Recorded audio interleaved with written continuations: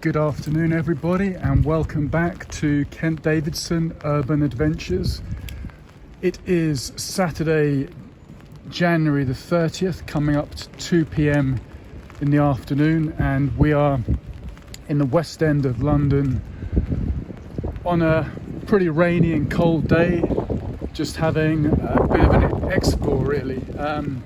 Going to show you a few bits and pieces that appeal to me, a few nooks and crannies in the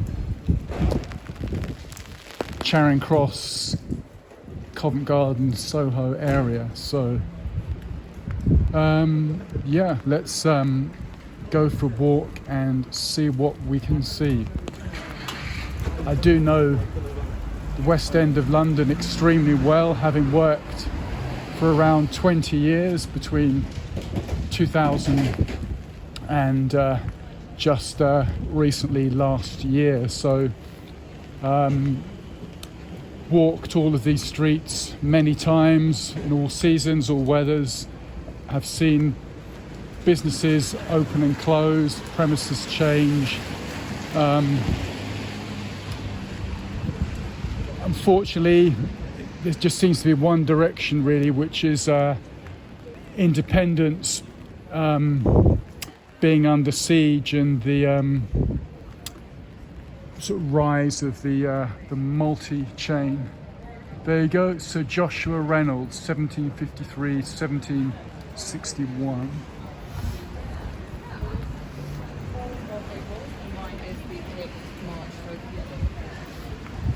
Yeah, the rain is a bit lighter than it was earlier today, so with any luck it will clear up and I can ditch the umbrella and operate the camera, the zoom for you.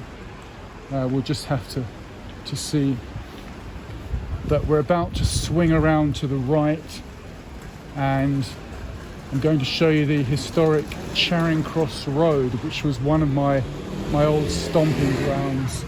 And just to pause there, there's the Porcupine pub, which I spent many an hour in, and you can see it says free house since 1873.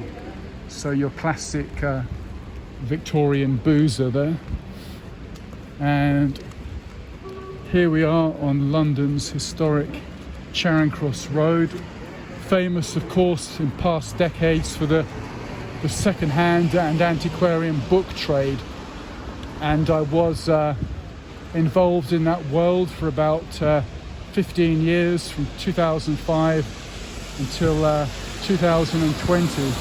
But I'm going to show you one of the last remaining shops, which is any amount of books, and it's certainly under threat of closure, so hoping that will hang on somehow. But it's great shop. They've got a bargain basement downstairs with all sorts of gems. It's just super quirky bookshop, and you can see from the titles here that it just covers a whole range of subjects. And they've got this wording up here, which I have to say I totally disagree with. I say do the opposite of that, get out and about and live your life. But reading is important as well, and when I'm sitting on the tube I always have a good book on the go. And let's see if they've got anything. Oh, there's my man there, George Orwell. What else have they got? Oh yeah, the Fisher and Spassky chess match. So you've got stuff here that you won't find in Waterstones. There's the old Rupert Bear annual. And the prices are extremely reasonable in here. Really decent prices. Anyway, I think that's a decent plug for any amount. I hope the guys there can can sort it out and get back in business. And just show you just through there. I mean, that was a bookshop, but it's now a pop-up selling tea and coffee. So just showing you the sign of the times there. It's all changing.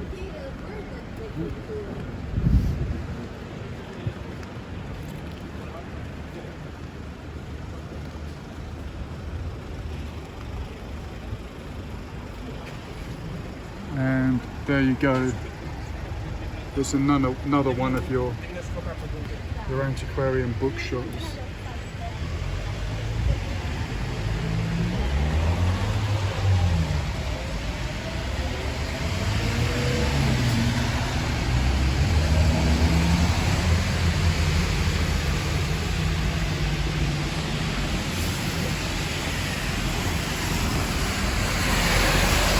And they've got a decent Harry Potter section for those of you into Harry Potter. They always have a few of those. And James Bond, of course, Man with a Golden Gun, Octopussy, Living Daylights, and some Tolkien's, all good stuff. So really hope that those guys can carry on. And then just look at this. This is a cufflink shop. So they've got plenty of that, and they also have some fancy waistcoats, which you can see there as well. And then check this place. It's called Child of the Jago, Jack Shepherd, and there's some pretty unusual tartans or plates. I'm not sure what you would call those. Yeah, some sort of cutting edge or retro London fashions there.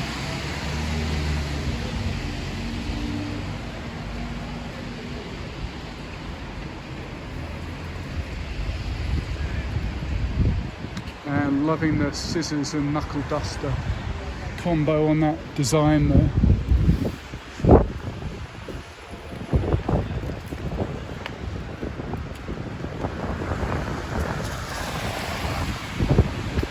So that's what's left of the famous Charing Cross Road second-hand book trade.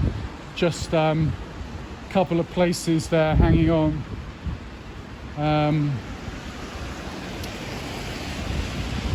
It's a 20th century industry that was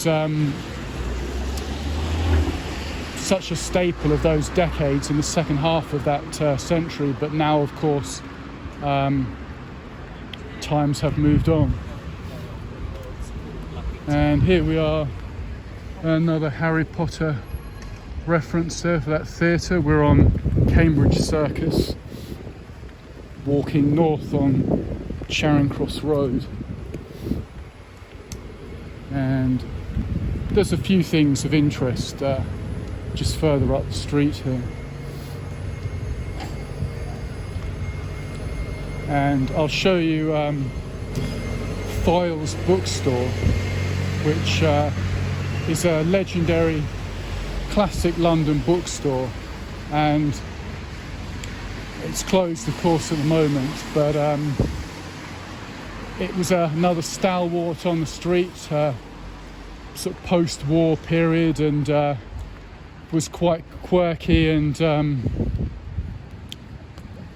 very much an icon of the street for many decades. In recent years it's become much blander, just a different place, but if it does get up and running, that will be good. And there you go, over there it is, Foyle's. It actually moved location. It was on the site next door, but it's now moved just there.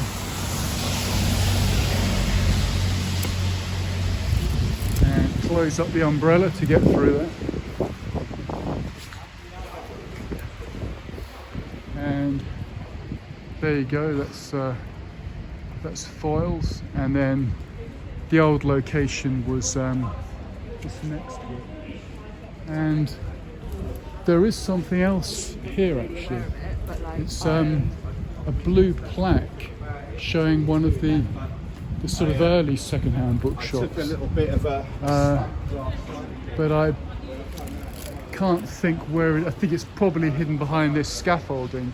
But there was another famous shop called Marks and Co, and that was a very famous and early second-hand bookshop on Charing Cross Road, and there was a small blue plaque marking it, but I think the scaffolding's hidden it there. Anyway, we'll go down here.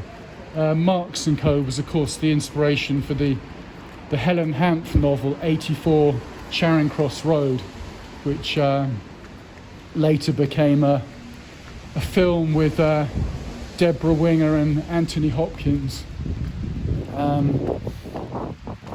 But off of Charing Cross Road you've got some pretty interesting little lanes and alleyways, which always appeals to urban adventures. This is what we're about, and we'll have a look around.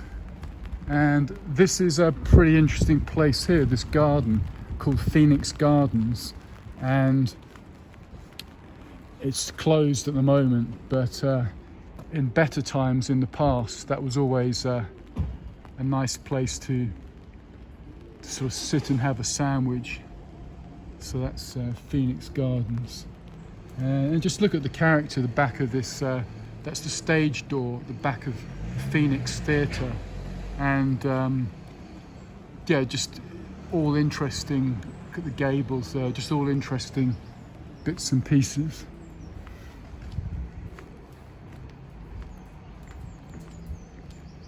And in the summer there's just so much bird life and insect life in there, butterflies, bees, it's just a super pleasant place. And I suppose you would call it a pocket park or something like that, and it's just a great place to have a snack there, right in the centre of the West End. Okay, let's go up here and just look at the character on these old workshops here. Character of the brick walls.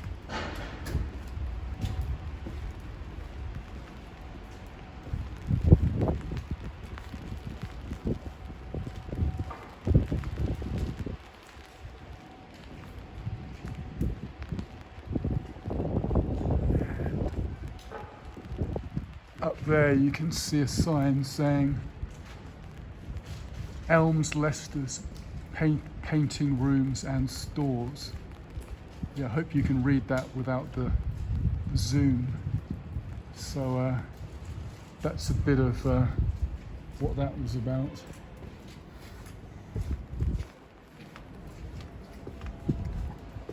And I'm just about to turn left onto what is called Denmark Street, which used to be known as Tin Pan Alley, and it's a street famous for shops selling musical instruments, and you'll see what I mean. It's just a bit special. Look at that. Hank's acoustic guitars, established in 1985. So again, a sort of reference or a throwback to a London that was. We saw Carnaby Street earlier, which was sort of a thing in the 60s and 70s, and here you've got this guitar shop founded in 85. Just a London that was busier than today, was more colourful, was not without its social problems, of course, but had a level of freedom and independence that is well missing in today's world. Yeah, just pretty interesting. And in fact, and I've spotted a little passageway which I think we need to check out. And let's go around here and show you some of the details. You've got these fantastic guitars in the window here, and all the pedals and equipment that go with it. Yeah, there's electric, acoustic, just a real special shop. And then looks like Mick Jagger there, is it? The old Rolling Stones. I mean, they would have all been here, all the iconic bands of the late 60s, the rock bands of the 70s and 80s. They would have passed through here, getting their kit, getting their tech. Yeah, just part of London's heritage. There you go, London's most famous guitar store, Hank's. Just all part of the London scene, and that's a bit special. That's either a ukulele or a banjo. I'm not hugely up on the musical stringed instruments, so I don't know. Let's check out that.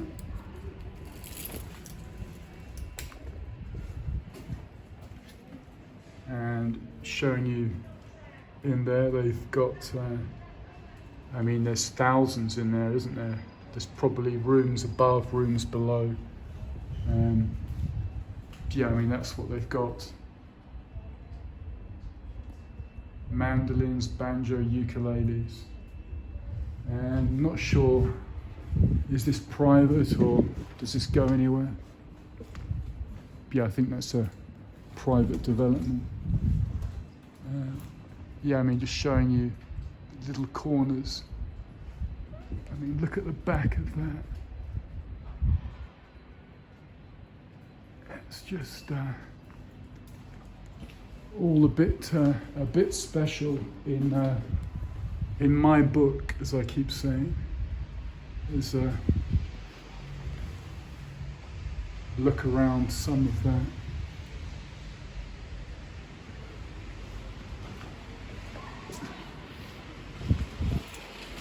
And showing you that fine church steeple over there. I think that is that called St Giles Church. I'd have to check that out.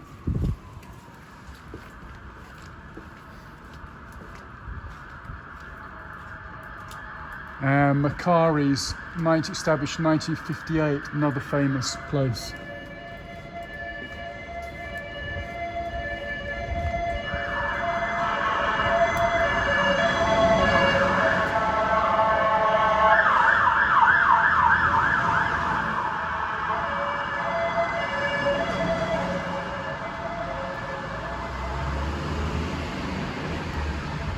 And check out this Wanjo, electric guitars and bass. So plenty going on there. And there's your prices. £839 for this, and that includes a gig bag. So they're throwing that in. But yeah, I mean, all of this will mean something to musicians. I love listening to music, but I don't play an instrument, and the guitar is certainly something I know nothing about. But just have a look down there. These little corners are also interesting.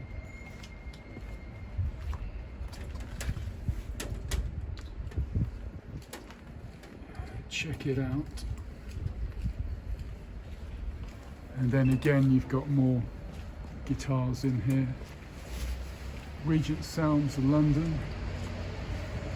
And there seems to be an emphasis on green guitars. But hey, look at those minis there. They're really quite unusual. I hope you can see those through the reflection of the glass.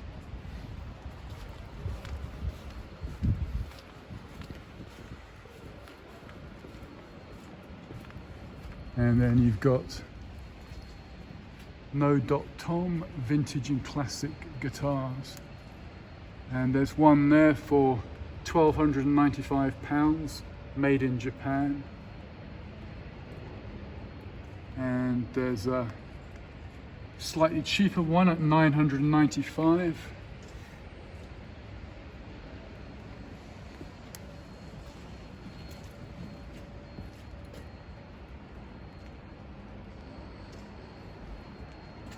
So this is Denmark Street. This is Tin Pan Alley. And another one right there. Rose Morris, established in 1920, guitars and drums. Yeah, quite a smart black guitar there.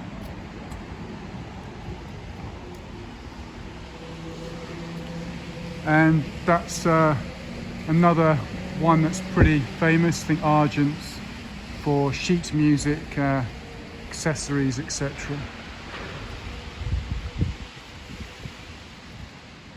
And an old barber's there.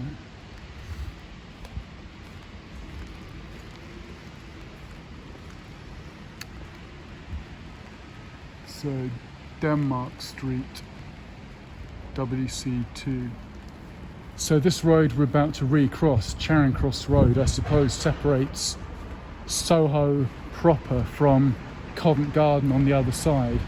I think there's not a clear demarcation, but generally the road sort of separates the two districts. And then you've got these vintage clothes shops here.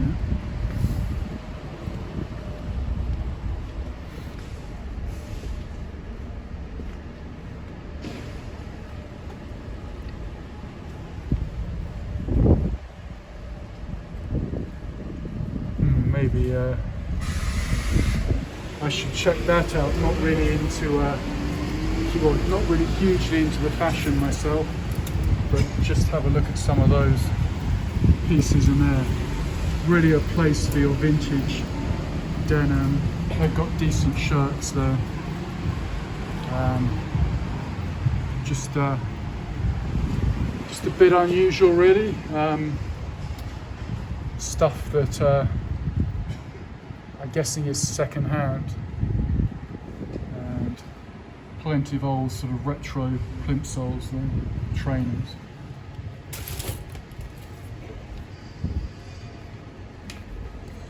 And I agree with that, but it's also nice to travel to other cities, other countries. And this is a little bar here, the Crowbar, Soho, London.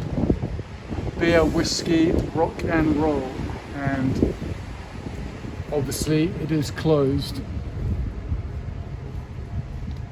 And then here you've got Orange Yard, W1, City of Westminster. And can we go up here?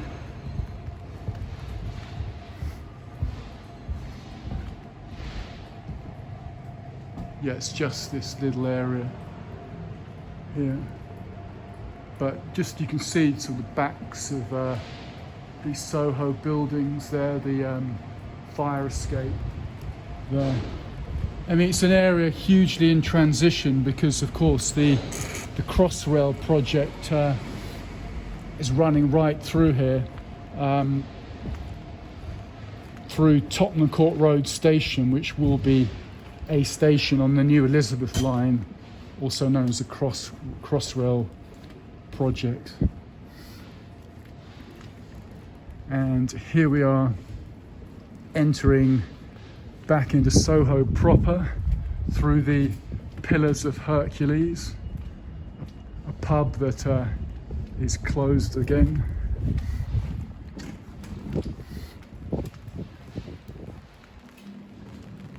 And let's have a look at some of this. 8 in 10 artists have seen their sales fall during COVID, no surprise. Just again a sign of the times. Something there, some featuring Patti Smith. Not sure what all that's about, not really hugely interested.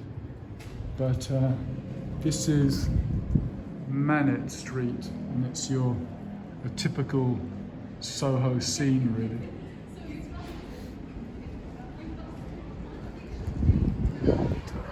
Yeah, just a little bit of everything here. Okay, let's go up here.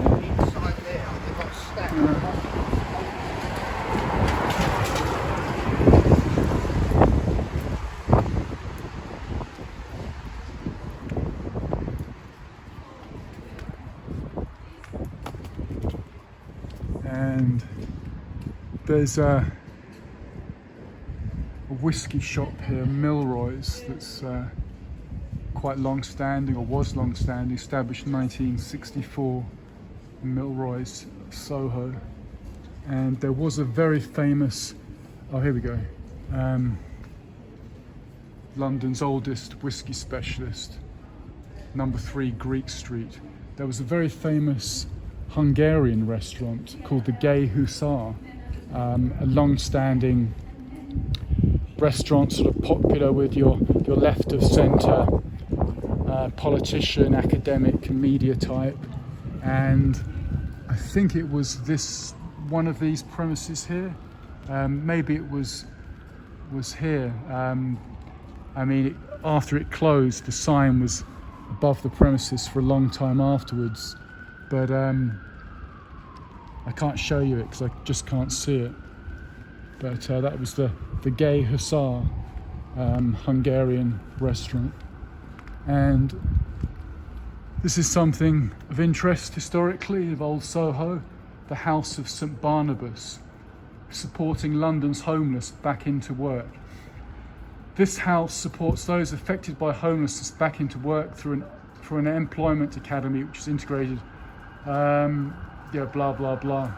I thought there was some reference to the charity and the establishment of the charity, and also I thought there'd be something about the building, but not so. But you can see their House of Charity just at the top there. Okay, this is Soho Square, which today will be completely dead, completely empty. But in previous times, that was often super busy. Soho Square gardens there. But we're going down here, Bateman's Buildings, for a look at some of this. Your wet, deserted Soho backstreets in January 2021.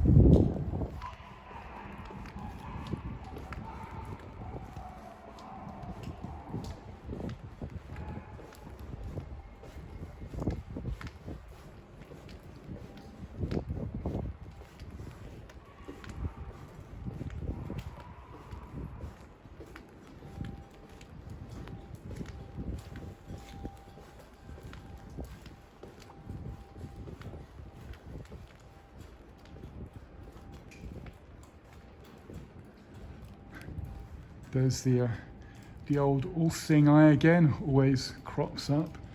But we're really interested in this here. G. Woodward, Tools, Ironmongery and Nail Warehouse at number 11 here. And this is the building that is of interest. And it says here, this building stands on the site of the former coach house of Monmouth House, constructed in 1681-2 for James, Duke of Monmouth, eldest illegitimate son of King Charles II, who was executed 3 years later following an abortive rebellion. So a bit of 17th century history for you, just on this locale here.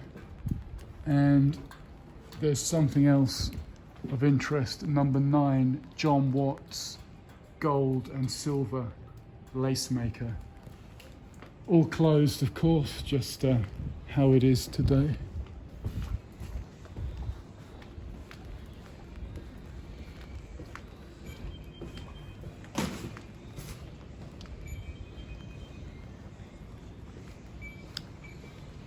And there's a place on the corner here that's always had a lot of character.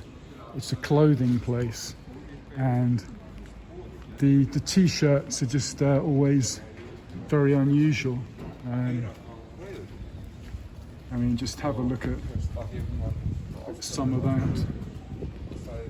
And dresses. I mean, there's no prices ever on anything on display, so I'm guessing it's expensive, but you know, for your one-off occasion, or if you need a special look, this place is going to do it. Definitely. Right, let's carry on.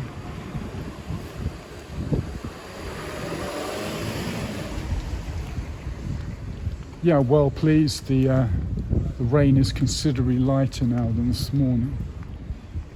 So just showing you that.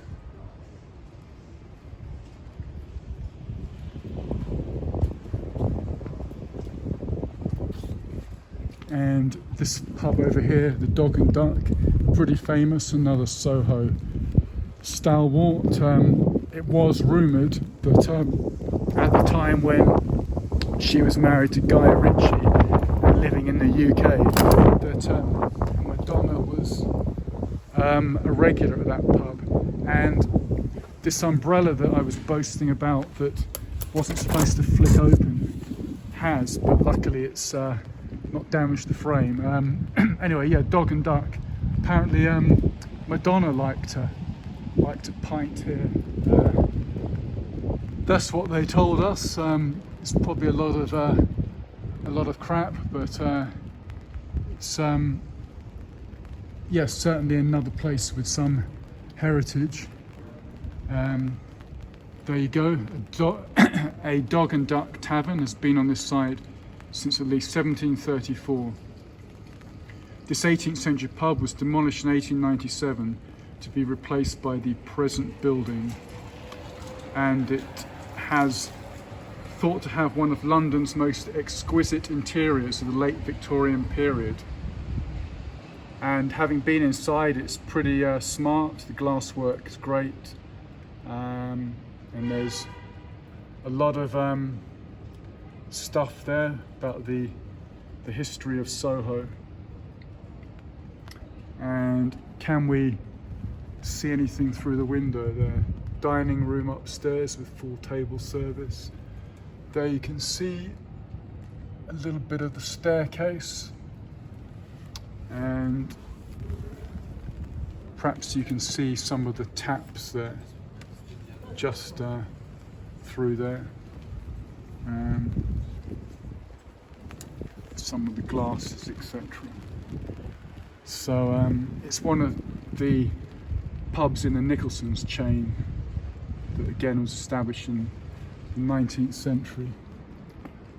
Okay, let's have a look. There seems to be a whacking great hole in the side of that side of the street. And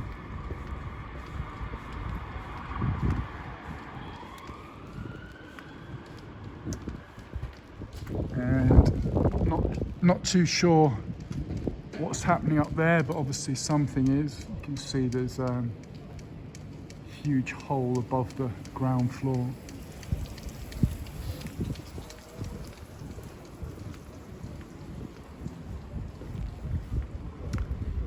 But I have to show you something super special here. Oh, there's another place down there, the Arts Theatre Club. No, what I wanted to show you is Ronnie Scott's Jazz Club, and they've got that, which is good. Can also say keep calm and listen to jazz, but of course live music is so much more superior than recorded. So if you ever have the opportunity to hear live jazz or classical or world or rock or any kind of music, it's so much better than a disc or an album or a vinyl. There's nothing like live music, and this is a fantastically famous, great jazz club, which must really be feeling it now. Quite how it's dealing with the economics of the situation, I don't know, but Ronnie Scott's it's pretty expensive. I've maybe been there 5 times in my life, but always seen great things there. So that's that. We're pretty close to some of the other classic record shops, so I thought I'll try and show you those. I usually aim to make the videos only about 30 minutes, but on this recording and the previous one, it's going to run well over.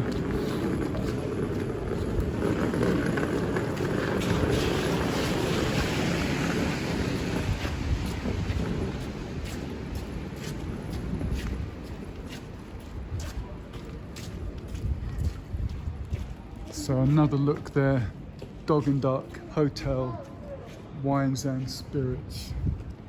And let's go down here.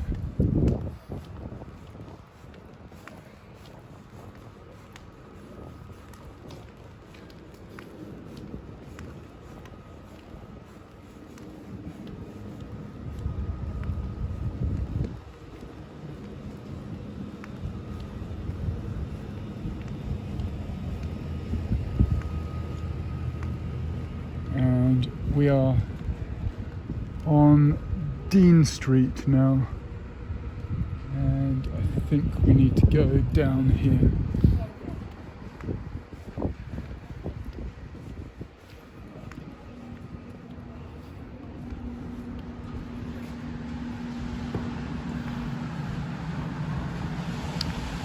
And there's a great looking house over here. Looks classic 18th century to me. Number 68. Just look at that. It's got great interior, and then look up there. I mean, that's probably late 18th century, early 19th, I would say. Just looking at the work on there. So yeah, it's a bit special, like the door, like the interior. And let's have a look over here.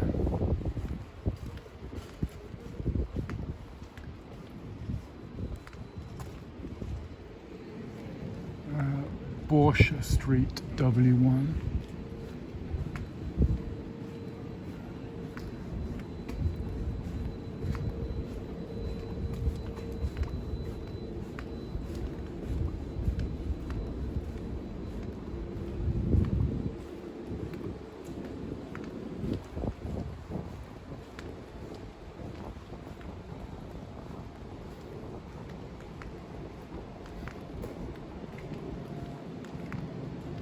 And looks like there's some pretty decent apartments just sort of in these back streets of Soho.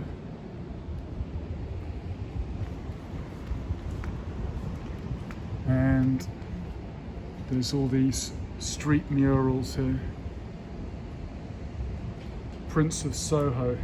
It's a reference to a character who died, which is, I believe, this man, whose name I can't remember, but was quite a flamboyant character here in Soho.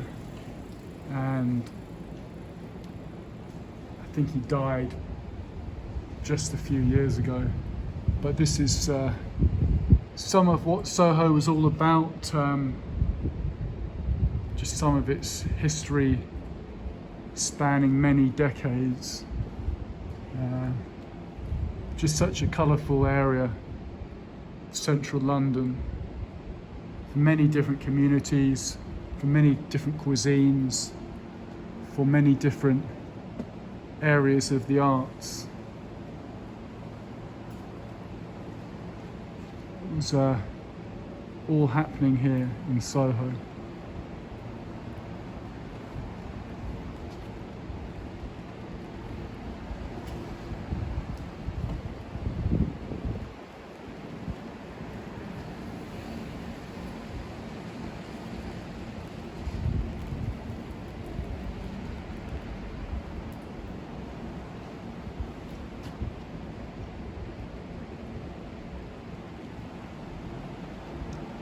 Also home, of course, of London's red light district, and in more recent years home of the LGBT community, and then of course a huge sort of destination for music as well, fashion, the cinema, the theatre, just a whole lot of life.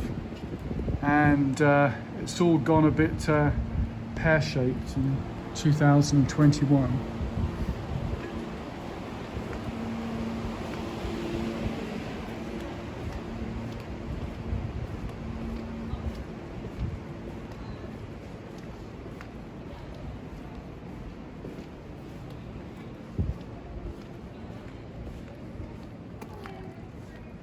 So we're crossing Wardour Street.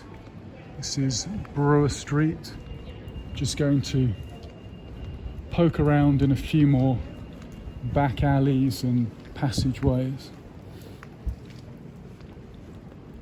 And then I'll end the recording just showing you another couple of the vintage record stores.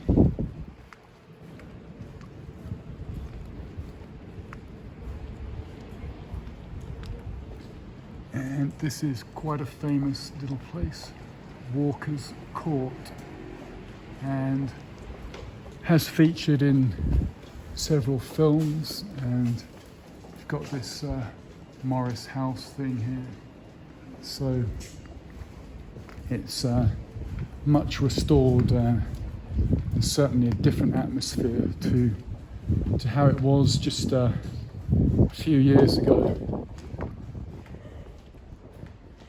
And you've got this, show it like that, tattooist there,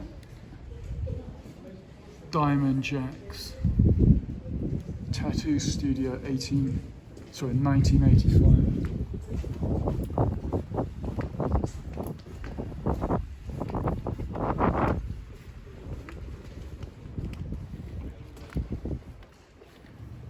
And just look at the character there, the graffiti, the grimy industrial nature of that building. It's pure Soho.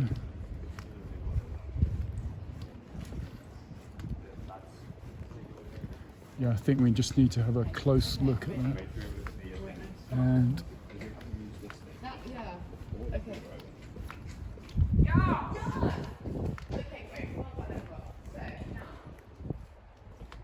yeah, I mean, there you've got it all there.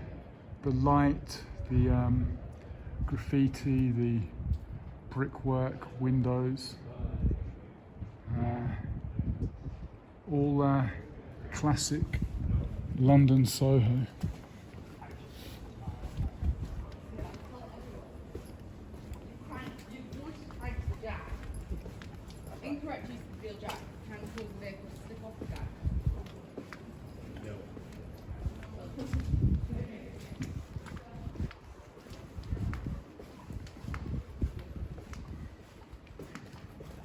And a bit like some of the Parisian neighbourhoods, you see a lot of these cobbled smaller streets and passageways in Soho.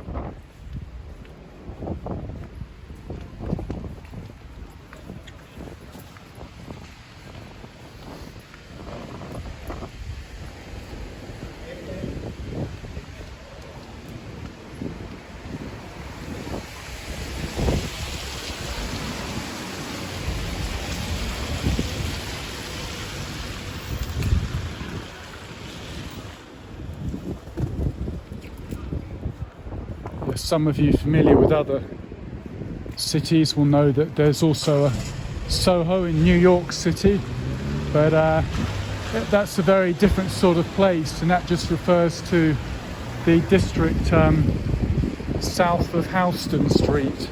So that's just an abbreviation, SOHO, so that has nothing at all to do with the London SOHO.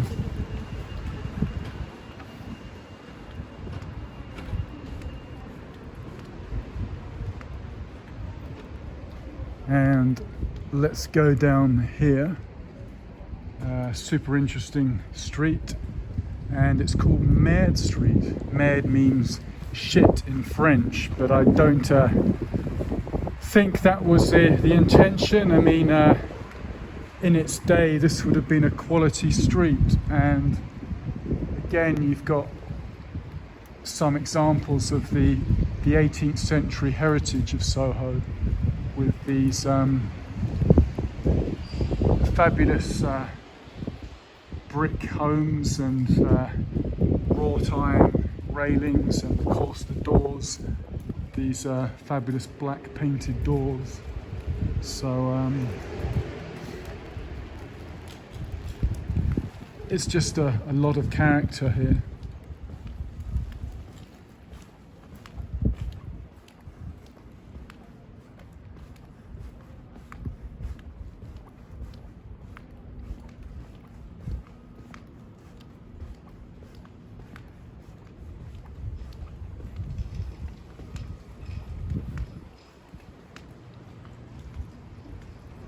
And almost missed that. You can see on that little terrace garden there's an old-fashioned sign.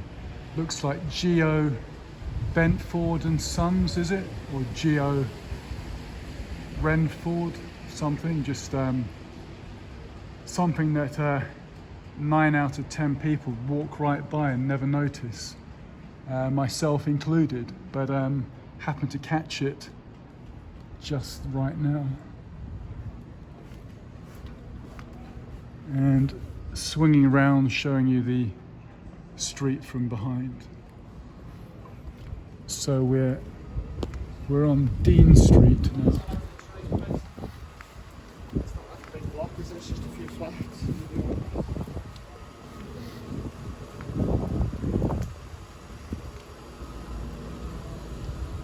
And I've spotted one of the blue heritage signs up there. So who's that?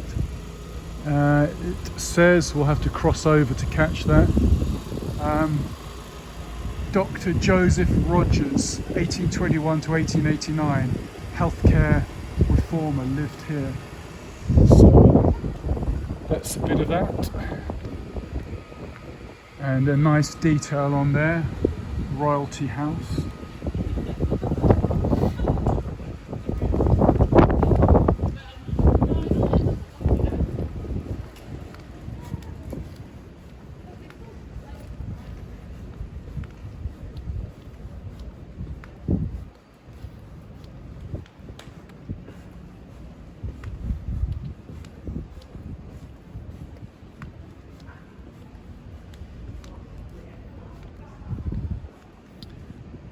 and I've just spotted something that could be potentially interesting. In fact, first of all, let's just peer through there.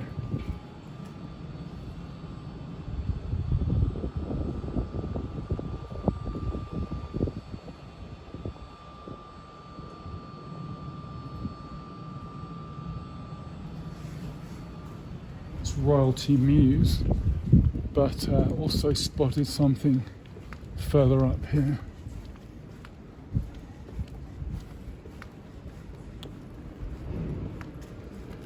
Which is Chaperon Place, or Chaperon, which is really just this. And obviously there's something in there, but I don't know what. And you've got another cul-de-sac over here, which is this road, which is called Richmond Buildings, and it seems to just end at this SOHO hotel. So I think this is a cul-de-sac. Certainly no vehicles can go further, but whether there's a passageway or something off of it, I'm not sure. We'll find out.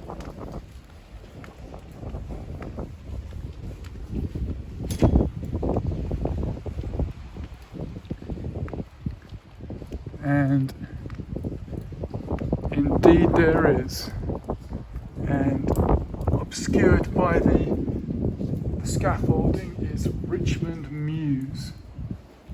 Let's have a look.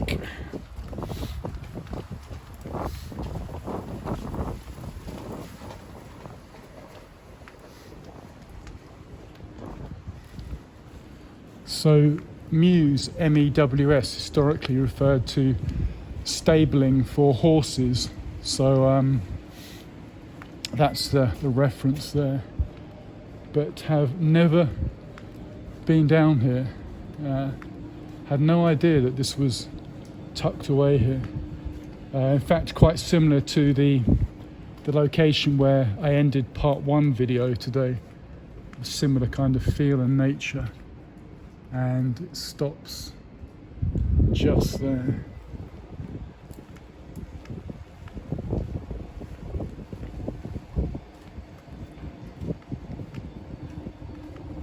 And I like that old sign there, Delane Lee Sound Centre.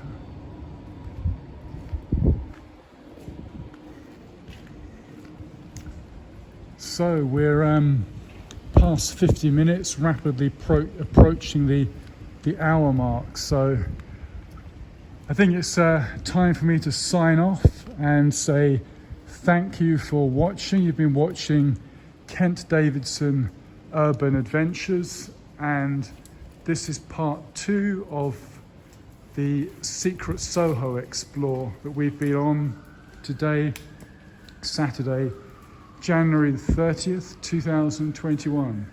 So if you like a bit of this and for more of the same, check out my channel. Bye for now.